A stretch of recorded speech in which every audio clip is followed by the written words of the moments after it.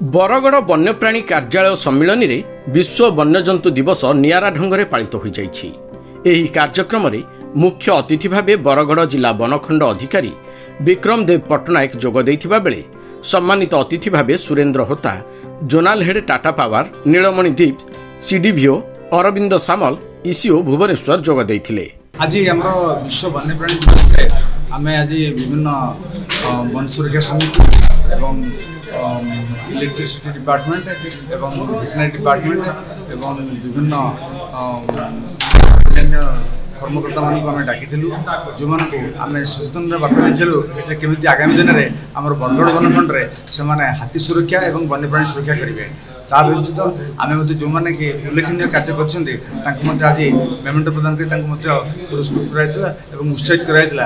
आगामी दिन में आम ये सुरक्षा जारी रही। केमिति हाथी मानक सुरक्षा कर रिसेंटली हाथी मानक बरगड़ डिस्ट्रिक्ट रे मेजोरिटी ऑफ द थ्रेट्स होची इलेक्ट्रिसिटी इलेक्ट्रिफिकेशंस गुड़ाक थोड़ा केमी कम जाइपर केमती विभिन्न विभाग कर्मचारी मैंने सहित केमी समन्वय रखी कम कर केमी कम्युनिटी को साहाय्य नहीं कि एलिफेंट्स मान प्रोटेक्शन दि जापर एलिफेंट्स मान सुरक्षा घर गुड़ा बासस्थली गुड़ा सुरक्षित दि जापर वन विभाग को सहायता कर विषय में आज event actually world wild life event celebrate करा कि लोक सेंसिटाइज केते वाइल्ड लाइफ पॉपुलेशन धीरे धीरे प्रति वर्ष drastically drop in every minute, every year a species is getting declined from getting extinct from the wild due to lack of awareness, due to lack of studies, due to lack of research, due to lack of conservation, due to lack of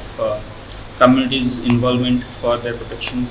So our role होची केमिति community को gather करके तांको disseminate करिबा knowledge about the importance of wildlife and how we can preserve them from going extinct. विश्व वन्यप्राणी दिवस पालन होइछि 2025 मसीह बरगड़ डिस्ट्रिक्ट रे। एथिरे मुख्य वार्ता होछि जे आमे परिवेश मनीष वन्यप्राणी समस्ते सेमती भलरे रहिबे आउ बैलेंस जदि रहिबो समस्त पाखरे हमर उद्भिद जगत जीव जगत वन्यप्राणी वन्य संपद ताहले निश्चित भाव में समाज उन्नति हो, देश उन्नति हो, आम शांति अवस्थान करा जो वन्य प्राणी आउ मनुष्य भितर जो कन्फ्लिक्ट होटा बंद हम आउ ए बहुत बड़ भूमिका हो जनसाधारण सचेतनता आउ मीडिया बंधु मान कार्यक्रम आउ सरकार भल नीति।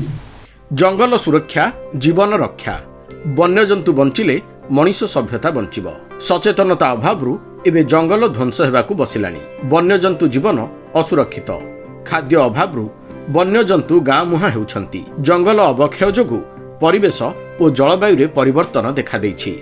तेणु एक सुस्थ परिवेश गठन, जंगल सुरक्षा एवं वन्यजंतु सुरक्षा पाई गाँ ठू सहर सबुठी सचेतन होई एहार संरक्षण पाई संकल्प नेबा आवश्यक।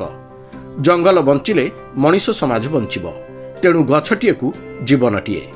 जंगल और वन्यजंतु बंचिले मनीष समाज रे सामाजिक, आर्थिक, वैज्ञानिक, शिक्षा, साहित्य, संस्कृति और मानव कल्याण रे विकास घटिबो बोली अतिथि माने मत प्रकाश करिथिबा बेले जंगल और वन्यजंतु सुरक्षा रे निस्वार्थपर भावे सेवा करिथिबा विभिन्न विभाग रे कार्यरत कर्मचारी और अधिकारी को बरगड़ वन विभाग पक्षरु सम्मानित करा जायथिला।